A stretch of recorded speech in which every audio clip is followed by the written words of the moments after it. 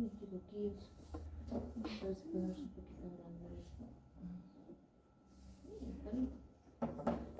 Era bien raro, ¿no? Ya, bueno, vamos a continuar, chicos, con la clase. Bueno, nos toca el grupo de calcio antagonistas. Bueno, lo que nos dentro del grupo de los calcio antagonistas, como se bloquea, antagoniza la acción del calcio, entonces, por lo tanto, inhibe los receptores del calcio, ya sea a nivel muscular, a nivel del músculo liso, inclusive, ¿no? Específicamente vascular y lo que es intestinal. ¿No? Dentro de estos antagonistas de canales de calcio tenemos dos grupos que se dividen, los dihidropiridínicos y los no dihidropiridínicos.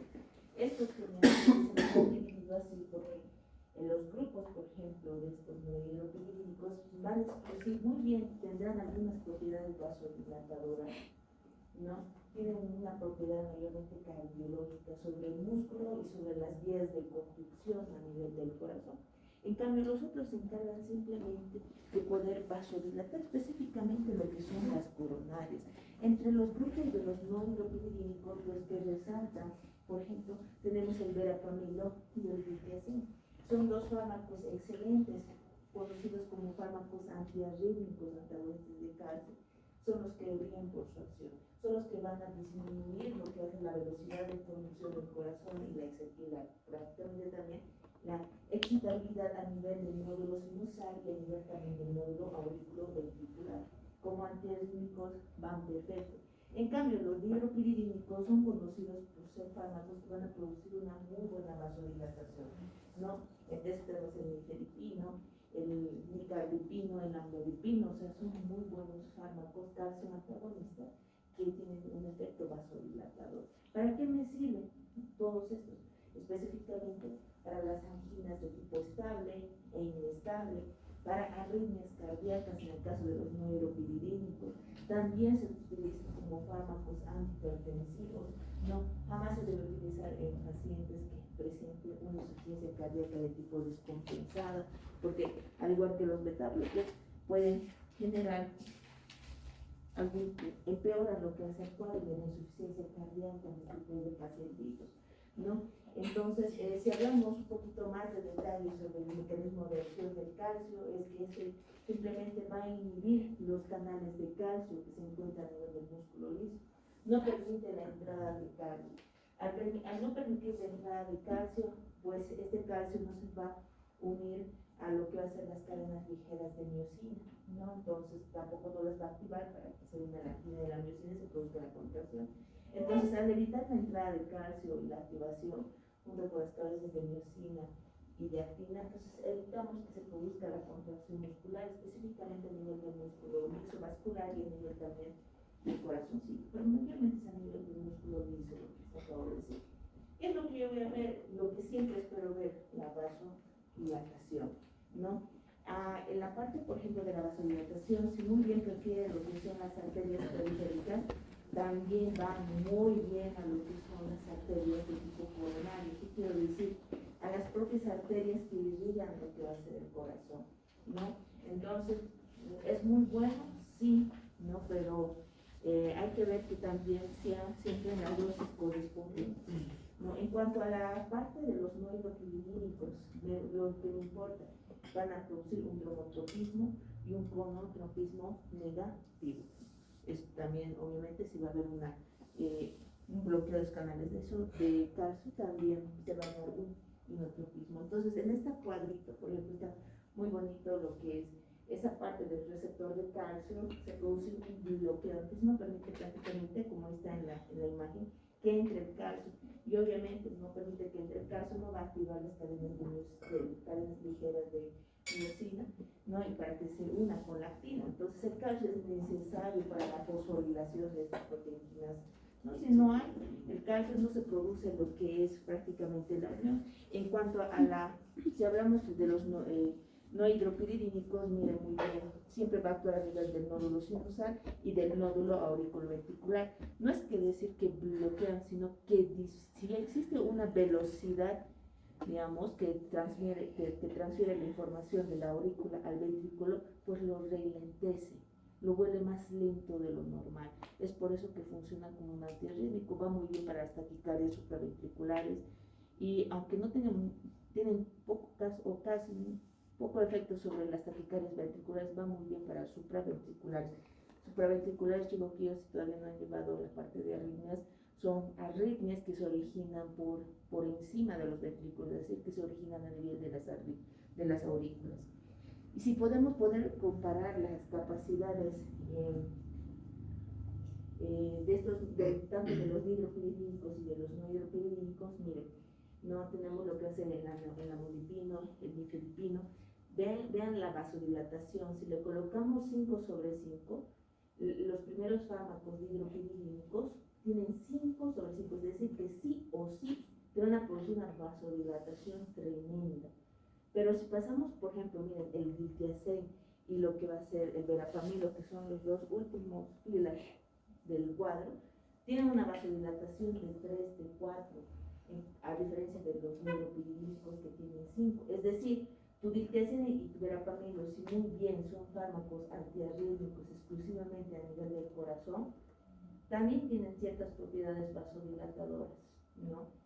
Pero si nos pasamos a la parte de la disminución de la contractilidad del corazón, del automatismo a nivel del nódulo auriculoventricular y de la parte de las aurículas, miren, en cuanto a lo que hace en la amlodipino y nifedipino, tienen casi uno y casi a veces nulo efecto sobre la parte de la excitabilidad del corazón. Pero si nos enfocamos en el glitiazem y el verapamilo, tienen 5/5, específicamente lo que es el verapamilo, y el glitiazem un 5 y 4. Entonces, ¿quién es mejor en cuanto a ser un fármaco antiarrítmico? Siempre va a ser el verapamilo, por la capacidad que de generar una supresión de la excitabilidad del corazón. Aquí tenemos lo que en cuanto a la farmacocinética, bien bonito, detallado, pero a mí me gusta más este cuadrito porque están los puntos específicos que yo quiero que ustedes aprendan, que es importante para su práctica, ¿no? Por ejemplo, en nifedipino siempre van a presentar, ven en presentaciones todavía oral, el glitiazem y el verapamilo nos da un poquito más amplitud en cuanto a las presentaciones que vienen en presentación intravenosa, ¿no? Y también obviamente por la vía oral, las que presentan una vía intravenosa, si se han dado cuenta, el verapamilo es justamente para los fármacos antiarrítmicos, para administrar por vía inclusive intravenosa, ¿no? En soluciones fisiológicas, y va muy bien, siempre va a ser la biodisponibilidad obviamente del 100%. Si vamos a hablar de la vía oral, siempre va a ser retardado. Su efecto tú lo vas a empezar a ver, por ejemplo, en los primeros, por ejemplo, 10 a 35 minutos, y la concentración máxima tú ya lo ves a las 2 horas, y esto puede durar, por ejemplo, en un tiempo, si es, por ejemplo, el verapamilo, va muy bien, si es que utilizado obviamente como un antiarrítmico, va solamente una sola vez hasta sacar de la arritmia al paciente, ¿no? Luego por mantenimiento se le administra por vía oral. Si el paciente todavía tiene, dependiendo del cuadro, si es capaz de recibir una tableta por vía oral, se continúa con la vía oral. Si no, si es necesario mantenerlo con vía intravenosa, se lo mantiene, ¿no? En cuanto a la vía oral del nifedipino al amlodipino, siempre vía oral a los 60 minutos, 35 minutos y máximo a las 2 horas, que se continúa por un tiempo de 12 hasta 24 horas, ¿no? En cuanto a su biodisponibilidad, el que más brilla por su biodisponibilidad de todos los casos antagonistas siempre va a ser el amlodipino. No tiene una biodisponibilidad muy buena, tiene es mitad liposoluble y mitad hidrosoluble. Es por esas capacidades que le otorga su biodisponibilidad. La mayoría es un metabolismo, obviamente, va a presentar de primer paso, pero la mayoría lo metaboliza así como de 450 CYP3 a 4, y lo que va a ser el verapamilo, el 2/6, ¿no? En cuanto a su vida media, miren, el amlodipino, por tener esas capacidades, tiene una vida media de 50 horas, es decir, a veces que te dura hasta 2 días. Es un buen medicamento para impregnación. ¿Qué le decimos que impregnación? Que se mantiene bastante tiempo acumulado en los tejidos, ¿no? En cuanto a lo que va a ser el resto del nifedipino y del QC, tienen una vida media más o menos que oscila entre las 2 horas hasta las 8 horas, ¿no? Es por eso que tú puedes administrar inclusive por vía oral cada 12 horas, todo dependiendo el tratamiento que tú quieres darle al paciente. Si es un paciente para la hipertensión, siempre inicia con dosis pequeñas porque son fuertes vasodilatadores.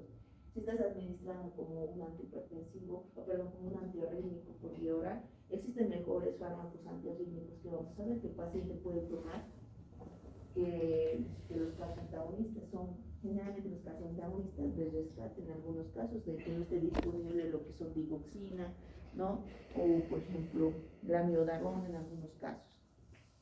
En cuanto a lo que es la parte del citocromo P450 CYP3A4, que la mayoría utiliza como vía de metabolización para la eliminación de estos medicamentos.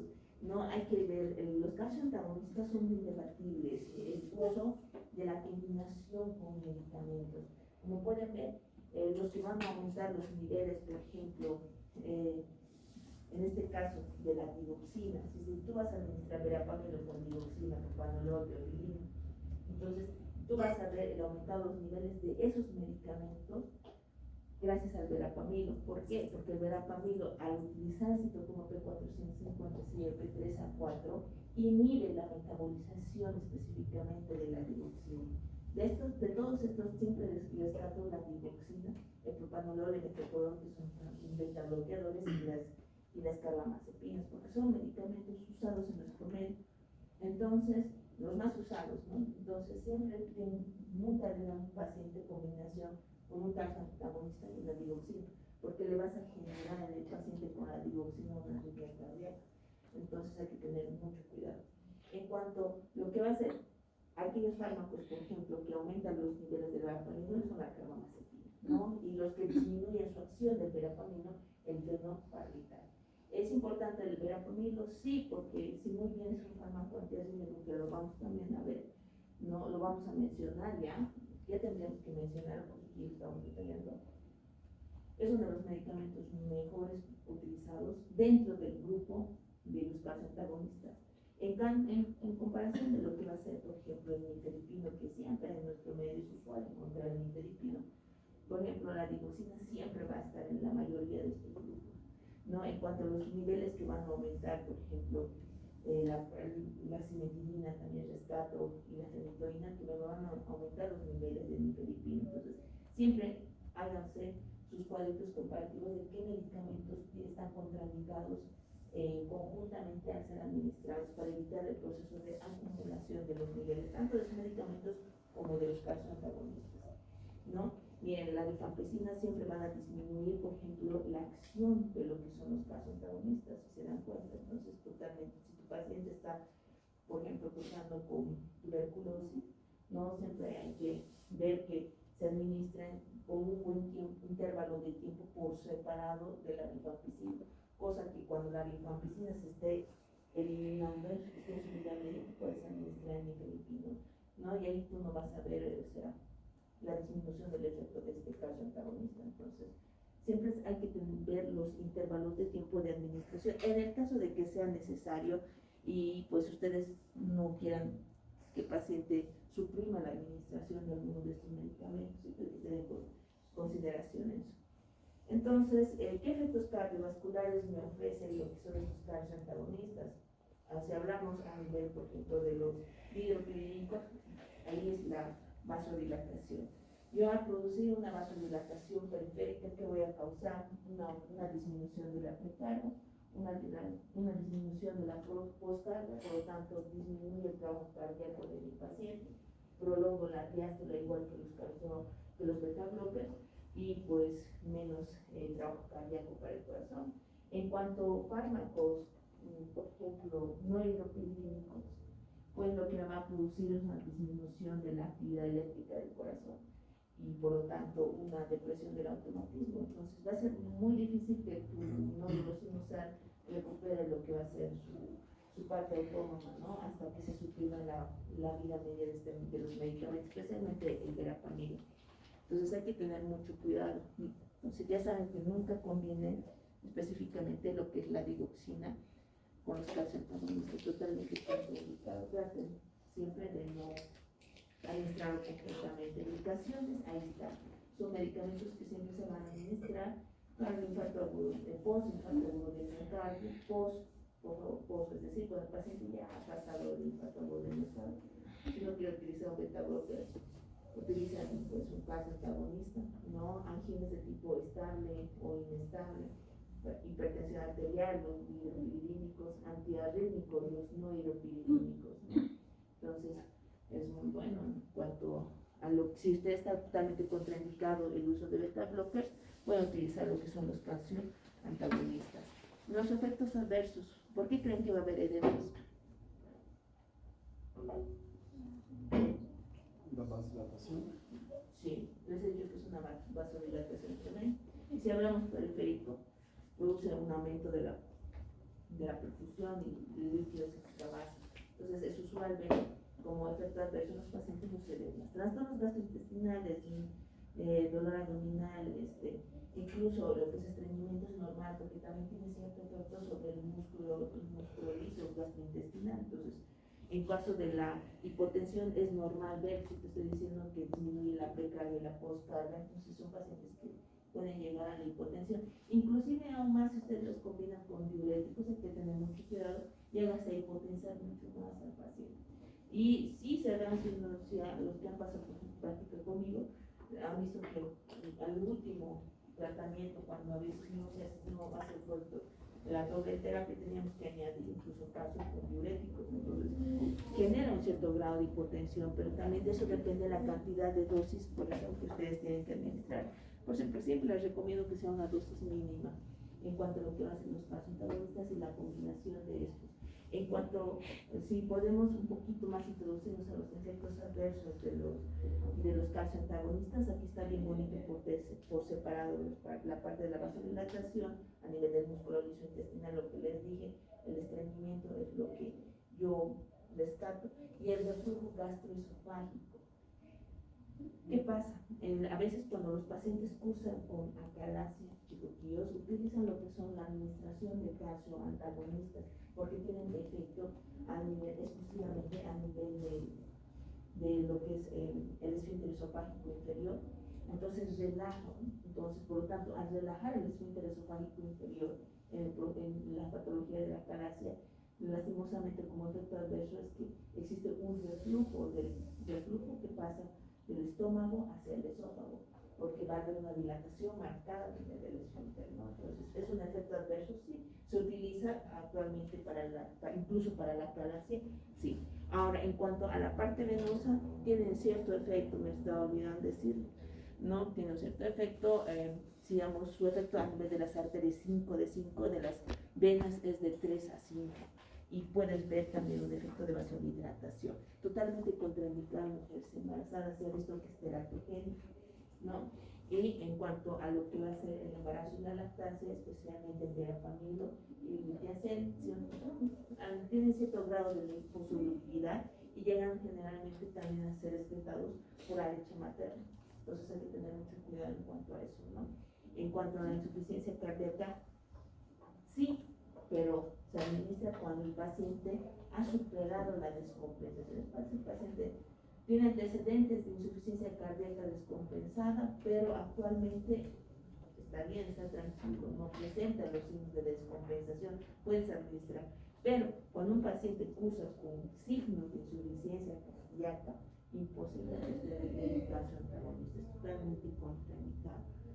Inclusive cuando el paciente sale de la crisis de la insuficiencia cardíaca congestiva, llegan, siempre se le despacha con su tratamiento, con los antihipertensivos, inclusive todavía no se administra beta blockers, regresa a su reconsulta para ver cómo ha estado durante ese tiempo y recién vemos si es apto o no para administrar un beta blocker o un calcio antagonista.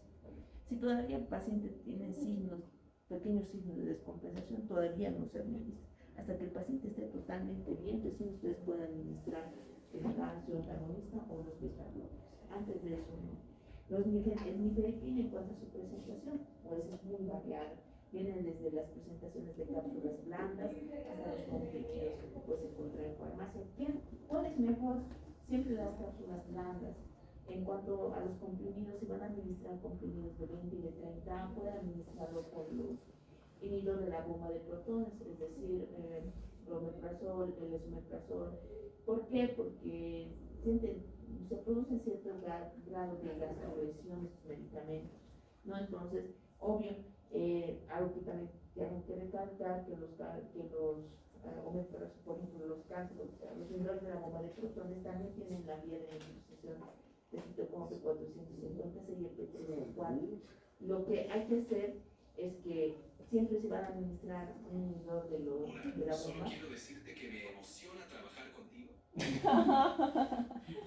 Seguro que les voy a votar. No se propuso De verdad. Si no están interesados en la clase, yo lo apago, les doy su tiempo para que estudien, doy por avanzado el tema y listo, dan su examen. O sea, no les hago perder su tiempo, no les aburro y yo también descanso. Díganme, o sea, no me hago problema. ¿Ya? En cuanto a las cápsulas blandas, siempre por separado. Si van a dar un inhibidor de lo que es la bomba de protones, siempre separado de 2 horas, porque corremos el riesgo de inhibir la metabolización de los antagonistas y ver un efecto tóxico de estos medicamentos, ¿no? En cuanto a los comprimidos, va muy bien los de 20-30, obviamente siempre con los inhibidores, ¿no? En cuanto a la dosis, va muy bien solamente una vez al día. Si es como antihipertensivo, combinado siempre la mitad de la dosis, ¿no? El andometino tiene presentaciones también de comprimidos de liberación prolongada y otros comprimidos normales, ¿no? También tienen presentación de tabletas, mantienen esa misma dosis de 5 miligramos y de 10 miligramos, existen diferentes presentaciones, suficiente para administrarse una sola vez al día, por día, oral. Siempre les voy a recomendar, en el caso de que lo utilicen como un antihipertensivo, la mitad de la dosis del medicamento. En cuanto a lo que hace el ITC, es uno de los que tiene mayor presentaciones en cuanto a la adquisición de este medicamento. Vienen tabletas, estas también tienen frasquitos de inyección y cápsulas de liberación prolongada. ¿No? ¿Para qué me sirve saber de liberación prolongada sostenida?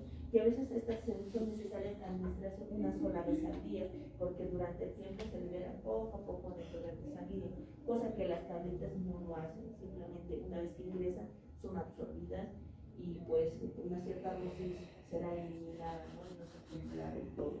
¿No? En cuanto a las tabletas, vienen de presentaciones de 50 a 60 miligramos y de sostenido hay mayor presentación en cuanto a miligramos de 90 hasta 180 miligramos, incluso 150 miligramos. En cuanto a lo que va a ser frasquito de inyección, ¿no? 50 miligramos sobre 10, ¿no? Entonces, eso es lo que tenemos en presentaciones acá en Bolivia, ¿no? Inclusive pueden encontrar uno de 60 miligramos sobre 3 ml, que todavía, bueno, antes llegaba actualmente, esa es la última presentación que está trayendo inclusivamente Vago. En cuanto a verapamilo, bueno, podemos mencionar que es un medicamento que se va a administrar siempre una sola vez al día. Vienen tabletitas también de liberación prolongada, que va desde 120, 140 hasta 240 miligramos, y las tabletas normales de 80. Si lo van a utilizar como un tratamiento de mantenimiento, solamente sería una sola vez al mes para evitar lo que son casos de que el paciente llegue a producirse nuevamente arritmias. Puede administrar una vez, pero para mí el verapamilo sería como una segunda o tercera opción a aquellos pacientes con antecedentes de arritmia. Entonces, por lo general, utilizan lo que es la miodarona de forma preventiva los tipos de arritmias, para controlar de manera externa en el paciente. Si muy bien es una opción de tratamiento, ahí está, ¿no? Pero ya les estoy haciendo recuerdo que pues el medicamento de elección para tratar las arritmias cardíacas de manera externa siempre va a ser la miodarona. En cuanto a los antagonistas alfa, pues estos tenemos los siguientes, ¿no? Lo que es la prazosin, la clozazosina y la tenazosina. Su efecto es bloquear lo que son los receptores alfa-1 a nivel de los vasos sanguíneos. Al bloquear los receptores alfa-1, lo que yo veo simplemente va a ser una vasodilatación periférica. Así de sencillo. Pero si ustedes también recuerdan, tenemos receptores alfa a nivel también de músculo isопроstático. También tiene cierto grado de acción. Obviamente la campsulosina va a ir, como se avanza anteriormente, directamente hacia ahí, a ejercer su mecanismo de acción, pero estos tienen generalmente un mecanismo de acción más periférico, más general a nivel de todo el cuerpo, produciendo una muy buena vasodilatación, ¿no? Es así de sencillo, no hay mucha cosa que decir en cuanto al mecanismo de acción. Si ustedes saben que si los receptores alfa producen vasoconstrucción al ser excitados por su neurotransmisor, al bloquearlo con estos medicamentos, lo que yo veo es un efecto de vasodilatación periférica. Obviamente, como efecto adverso, va a producirse la rigidez en este tipo de pacientes, corre el riesgo de que el paciente entre una hipotensión y por lo tanto una taquicardia refleja. No hay que tener mucho cuidado en los pacientes con antecedentes de arritmia, ¿no? Porque podemos desencadenar nuevamente otra arritmia. Tiene un efecto tanto arterial y venoso, sí son excelentes, ¿no? En cuanto a eso. A nivel generalmente del corazón, sí, lo único que yo voy a hacer al principio generar una taquicardia refleja hasta que se acostumbre el cuerpo a esa vasodilatación que le está causando estos medicamentos. Posteriormente va a disminuir lo que es el gasto cardíaco, va a normalizar lo que es la frecuencia cardíaca y pues también en caso de insuficiencia cardíaca mejora lo que hace disminuir el gasto cardíaco, ¿no? Por la vasodilatación periférica. Estos medicamentos pueden combinarse con otros fármacos antihipertensivos, sí, puedes combinar incluso con algunos fármacos diuréticos. En cuanto a los fármacos cinéticos, ¿qué podemos decir de estos medicamentos? Si pueden tomar ustedes relevancia, la vida media, ¿no? Y el tiempo de concentración. Por ejemplo, la prazosin es un medicamento, todos estos son altamente liposolubles, ¿no? Altamente liposolubles, y lo que quiero que ustedes entiendan de todo este cuadro es la acción. Por ejemplo, la prazosin tiene una acción, por ejemplo, intermedia. La terazocina, por ejemplo, tiene una acción, por ejemplo, también intermedia. En cambio, la doxazocina tiene una acción prolongada. Es decir, que la doxazocina tú puedes administrar una sola vez al día, y la prazosin y la terazocina, por la vida media que estos van a tener, tienes que administrarlo entre 2 veces al día hasta 3 veces al día. En cuanto a su biodisponibilidad, si tú vas a ver, el que resalta más de todos estos es la terazocina, porque tiene una biodisponibilidad del 90% a diferencia de sus dos hermanas, que es la prazosin y la doxazocina. Entonces, si tú quieres, si ves que es un pacientito, por ejemplo, mayor y que tiene antecedentes de que a veces no va a tomar su medicamento, es preferible que tú des una doxazocina una sola vez al día, que el paciente tomará en la mañana y después de ahí se olvida y va a ser un buen efecto. Pero la tirosina, la absorción es rápida también. Sí. ¿Sí? Lo bueno es que estos hacen liposolubles, se absorben rápido, tu cuerpo lo absorbe. Vas a ver un efecto, sí, inmediato, dentro de los 60 minutos, dentro de una hora, pero lo que importa es la toma, porque siempre tenemos que acomodarnos a la vida del paciente. Hay algunos pacientes que se olvidan, dicen, prefiero doctora que me dé una sola vez al día una tabletita y ya se acabó, con eso puedo estar tranquilo. Y hay otros que dicen, bueno doctora, puedo tomar, inclusive, usted doctor, señor, ¿puede tomar 2 veces al día? Sí, yo puedo tomar, entonces puedo darle una terazocina, porque la doxazocina, sí, muy bien, tú la vas a administrar una vez al día, tiene la capacidad de ser mucho más potente y potensor que la terazocina y la prazosin. Es por eso, es la importancia de saber el tiempo de administración de la vida media, porque si te dice un medicamento 24 horas, perfecto, entonces es mucho más potente que sus otros hermanos. Sus otros hermanos tengo que administrar cada 8 horas, cada 12 horas para ver el efecto de la doxazocina que me va a generar para 24 horas.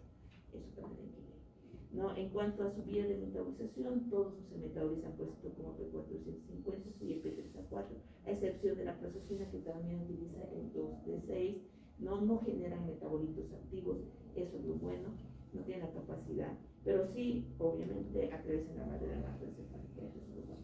En cuanto a la vía de administración, tanto la terazocina como la doxazocina fecal y renal, y la terazocina renal. En cuanto a las indicaciones, siempre, sí, muy bien, ahí está hiperplasia prostática.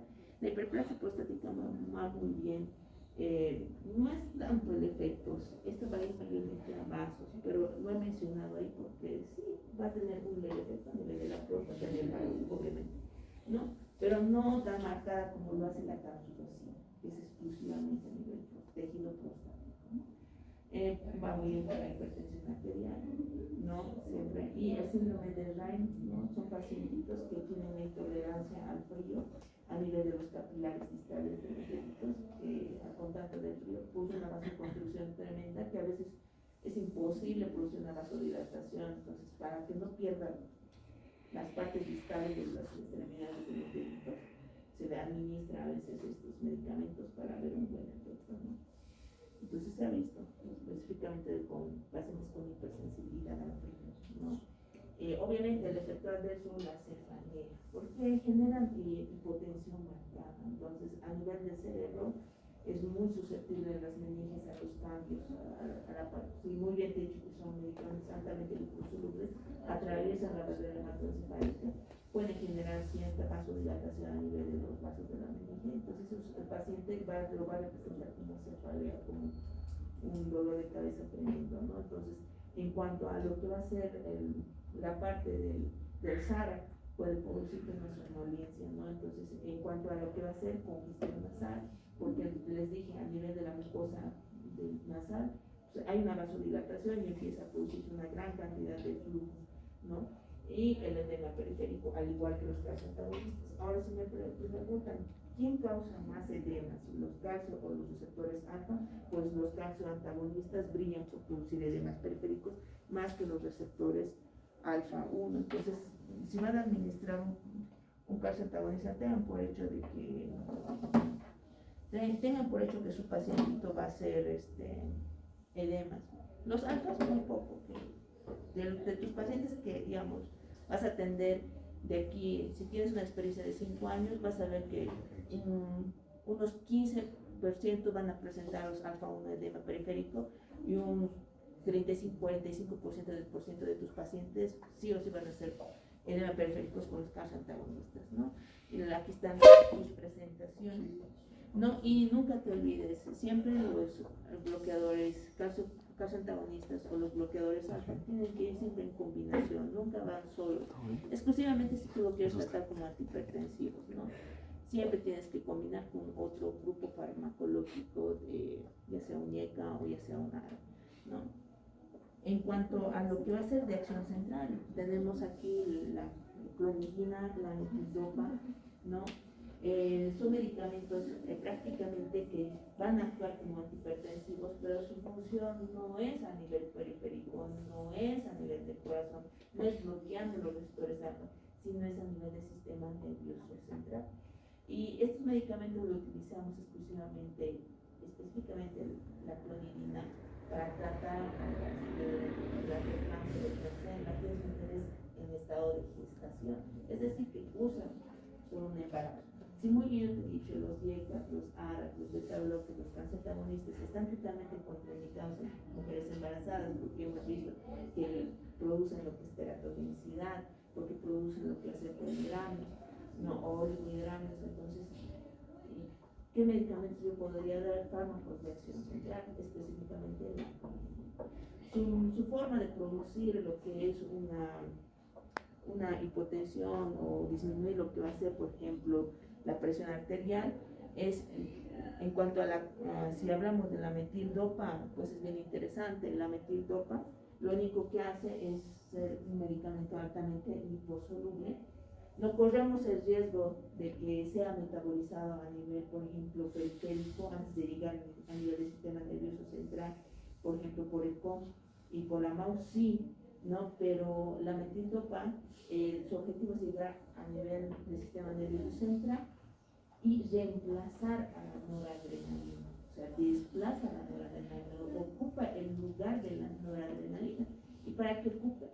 Por su liposolubilidad llega a atravesar la parte, se introduce a nivel de las terminaciones nerviosas, se introduce dentro de la vesícula y ahí se transforma de metildopa a alfa-metildopa y de alfa-metildopa a alfa-metilnoradrenalina y se queda como alfa-metilnoradrenalina, tu adrenalina ya no se produce. Y cuando va a llegar el momento de que se libere la metilnoradrenalina, va a salir de la neurona presináptica y va a ir netamente a bloquear los receptores. Bueno, si estoy hablando de metilnoradrenalina, va a ir a agonizar los receptores alfa-2. ¿Cuál es la función de los receptores alfa-2, chicos, a nivel del botón presináptico? Para que puedan entender la acción de la metildopa. Porque este no antagoniza, agoniza. Si la noradrenalina tenía una cierta acción agonista sobre el receptor alfa-2, la metildopa, al convertirse en metilnoradrenalina, es el doble de acción de la adrenalina. O sea, agoniza aún más la acción de los receptores alfa-2. ¿Cuál sería la acción de los agonice, por ejemplo, tu alfa-metilnoradrenalina con el receptor alfa-2? ¿Cuál sería el efecto que tú vas a ver? ¿Quién me dice?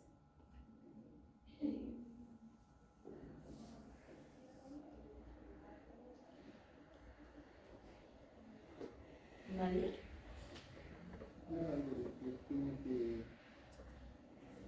Disminuía la liberación o Y al disminuir la liberación, ¿qué me dices?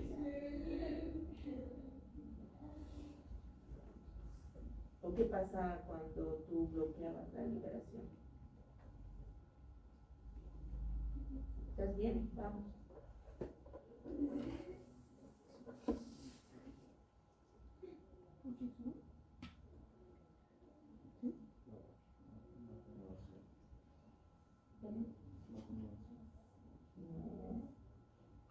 ¿Estás bien? ¿Está su compañero que está bien? ¿Qué más?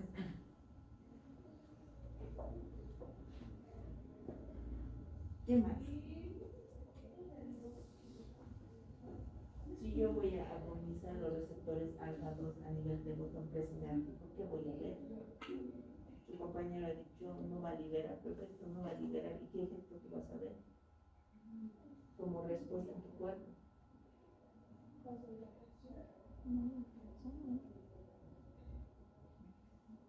Si estamos hablando de noradrenalina, pateadrenalina, simpática, ¿qué van a ver?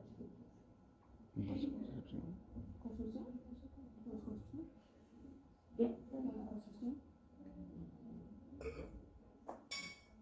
Más bien lo contrario. No se va a liberar la noradrenalina porque va a actuar como un anclaje agonizando. Se no va a permitir que salga del botón presináptico la noradrenalina. Ya estabas así, ya su compañero ya estaba así, de tener sus 5 puntos en su trabajo. Su trabajo iba a valer, solamente 15, pero ni modo. Así es.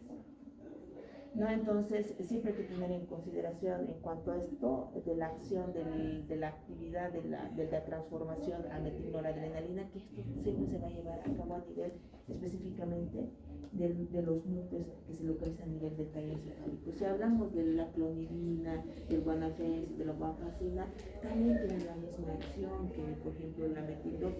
Pero a diferencia de la metildopa, que es necesario que la metildopa ingrese a la neurona, desplace la noradrenalina, la guanafensis y la guanfacina no van directamente a introducirse a la neurona. Estos, al ser también liposolubles, directamente ingresan a la barrera hematoencefálica y van directamente a producir un agonismo a nivel de los receptores alfa-2.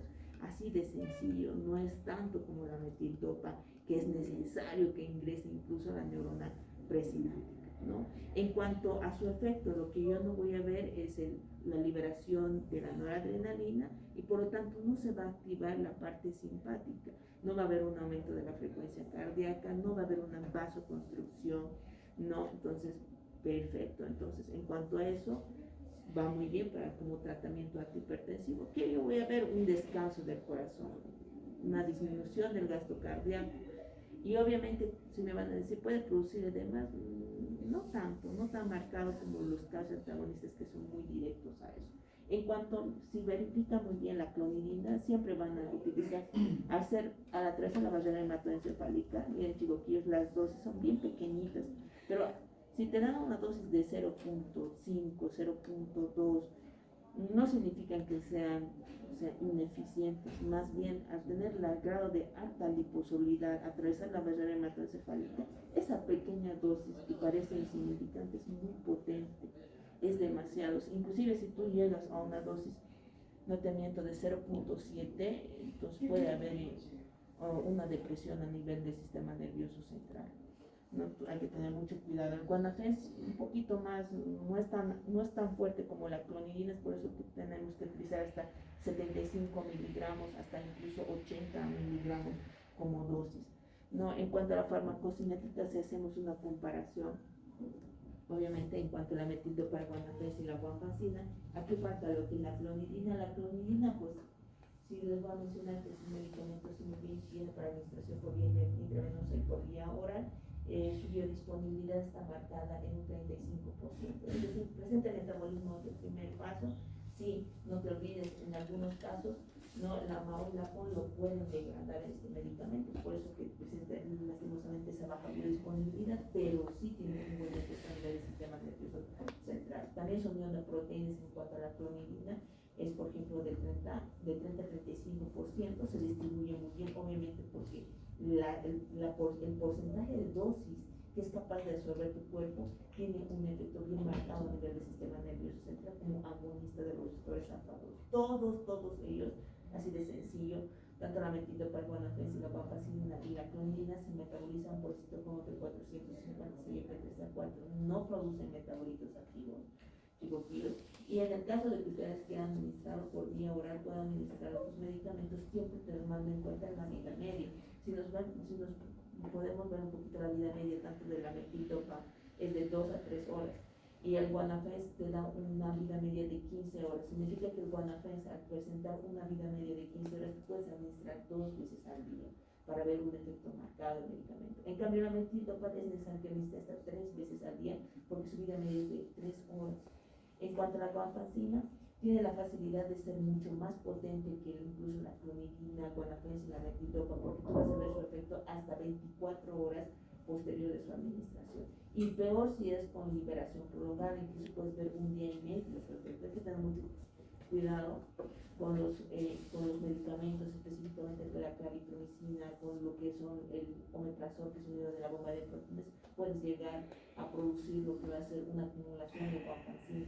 ¿No? En cuanto a lo que va a ser la vía de eliminación, netamente, a diferencia de los anteriores, es 100% por vía renal. ¿Qué significa? Tus pacientes con insuficiencia renal aguda, hay que verificar el aclaramiento de la creatinina. Si tienen, por ejemplo, su aclaramiento de la creatinina baja, está cursando con una insuficiencia o con una injuria renal, hay que disminuir la dosis.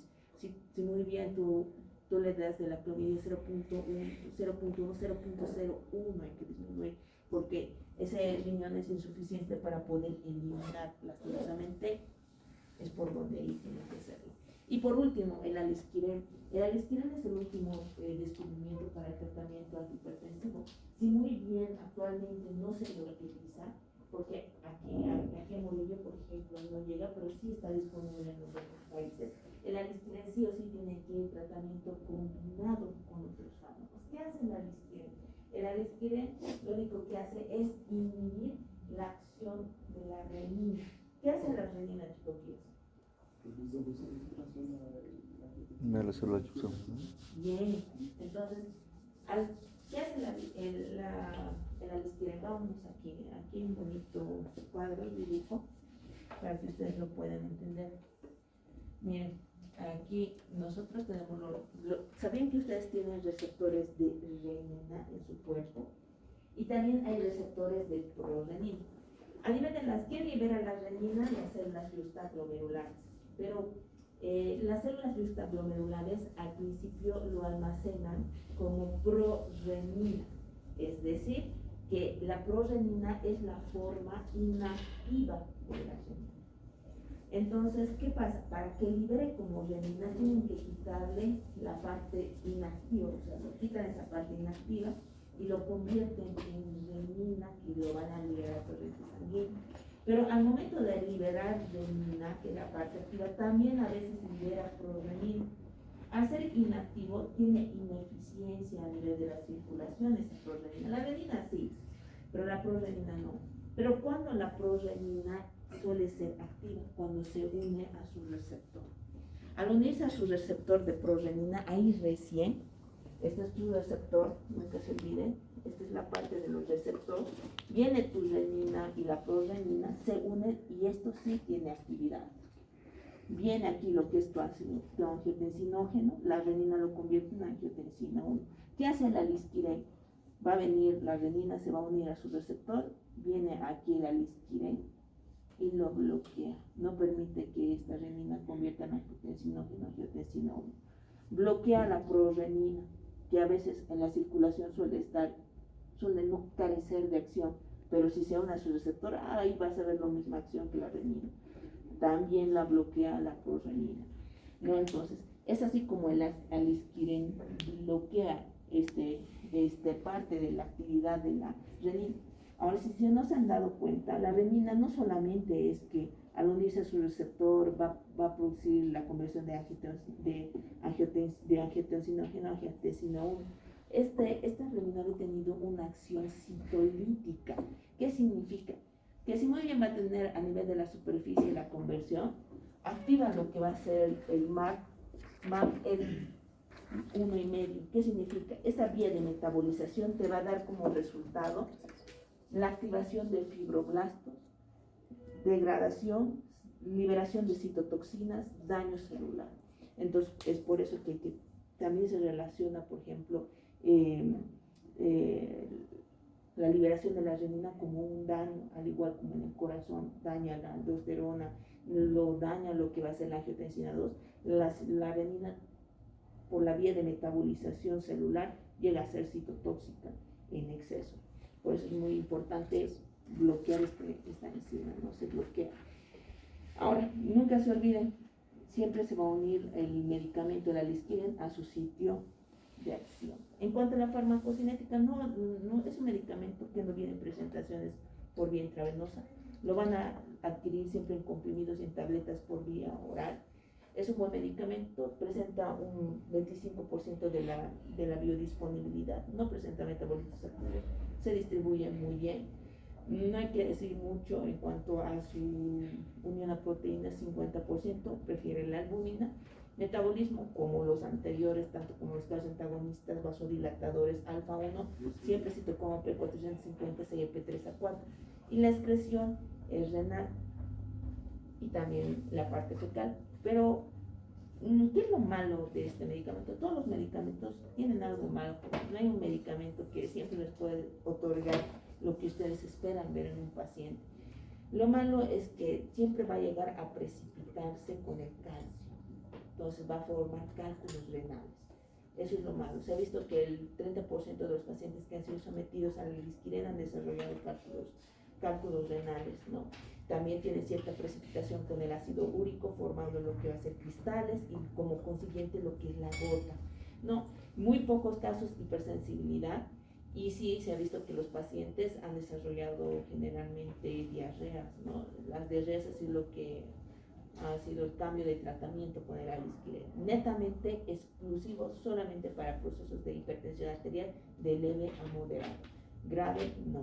En cuanto a la dosificación, vienen tabletas y comprimidos de 150, solamente una sola vez al día, combinado con otros antihipertensivos, no hasta máximo 300 miligramos. Es decir, que tú tienes que llegar hasta la dosis máxima. No es necesario que inicies con que lo mantengas con una dosis mínima. Es necesario que tú llegues a su dosis máxima para poder bloquear todos los receptores de renina y de prorenina que hay en tu cuerpo. ¿Por qué solamente está hipertensión leve o moderada? Porque el alisquirén no está apto para tratar una urgencia y emergencia hipertensivas.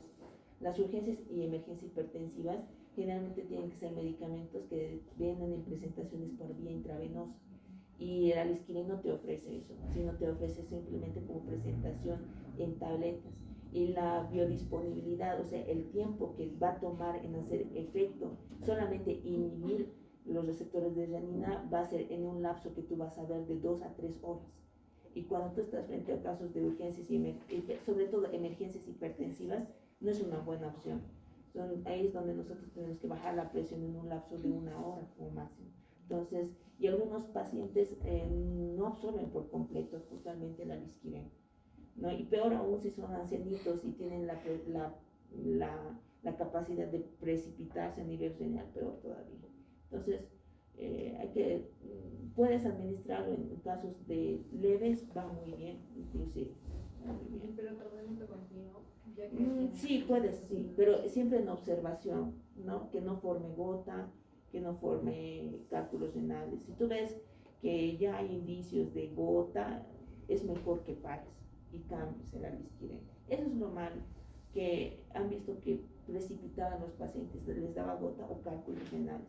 Y decían, ¿no? En los artículos dicen, si el paciente tiene ya tendencia a formar lo que es gota, de hecho te va a hacer cálculo renal. Entonces, antes de que forme el cálculo renal, es preferible suspender el lisquirena. Si se han dado cuenta, no es un medicamento que no está en nuestro medio, es un medicamento experimental que ya está en uso, pero los pacientes que han sido sometidos sí han desarrollado gota, ¿no? Y más que gota, la diarrea. Entonces, ha sido totalmente contraproducente para ellos y han optado por otros fármacos antihipertensivos que no otorgaban ese efecto adverso.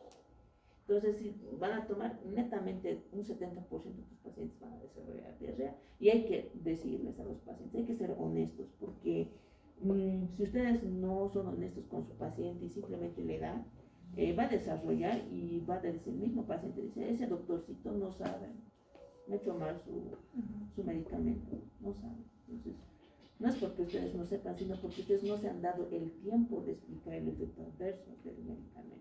Y es ahí donde el paciente ya va a ir, no se asusta, le viene el proceso, digamos, yo que sé, la gota, entonces va, doctor, mire, ¿sabe qué? Quiero sacar ficha porque estoy viendo que el efecto adverso del medicamento me está perjudicando en mi vida diaria, yo no puedo estar todo el tiempo con la diarrea, no puedo comer carnes porque me da la gota, me duele, entonces ya lo cambiaremos, porque hay otros mejores fármacos, como los yecas y los aras que te dan resultado, ¿no? Entonces, ahí vamos.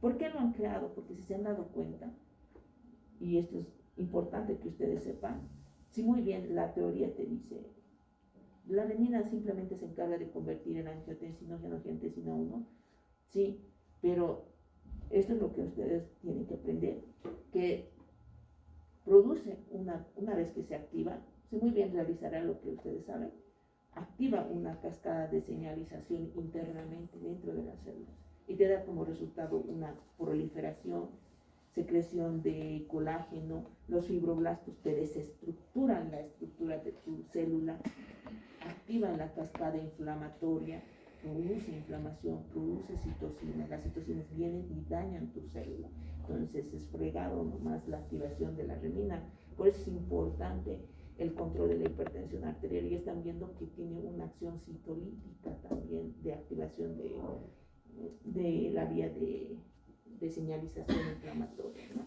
¿Dudas, preguntas, chicoquillos? Bueno, en cuanto a tratamiento, siempre monoterapia, ¿no? Ustedes, los que están conmigo, ya saben este esquema de tratamiento. Los que están llevando prácticas, pues siempre tienen en consideración que la monoterapia siempre va a ser un YECA o un ARA en los protocolos de administración de hipertensión arterial. Siempre te da a escoger cualquiera de los dos. Si no funciona dentro del grupo, se añade un calcio antagonista o un diurético, ¿no? Y por último, la triple terapia sería la combinación de estos tres, y lo último de lo último es añadir a esa triple terapia la espironolactona. La espironolactona, si muy bien no va a actuar en este caso como diurético, porque ya está añadido en el último, un diurético, va a actuar como un protector cardiológico. ¿Qué te quiero decir? Que a nivel del corazón también tienes, por ejemplo, receptor de aldosterona, y también tienes un receptor de angiotensina 2 en el corazón. Cuando tu angiotensina 2 y tu aldosterona van al corazón, no van a ir a producir como en el riñón, retención de sodio, no, él va directamente a producir un daño estructural en la parte mecánica del corazón, lo desestructura, lo vuelve fibrótico o lo vuelve un corazón mucho más delgado, pero su finalidad es destruir el corazón, producir una remodelación cardíaca. Entonces, lo que nosotros hacemos con la espironolactona es evitar el efecto de la aldosterona, de la fibrosis a nivel del corazón. Entonces, más va como un preventivo cardiológico, chicos. Ahora ya saben que no solamente es un diurético, sino es un protector cardiológico. Y esto no está en los libros de farmacología, esto está en los estudios de casos y controles y en las revistas médicas. Esto es lo último para la administración. ¿Dudas, preguntas, chiquillos? ¿Quieren tomar su tiempito?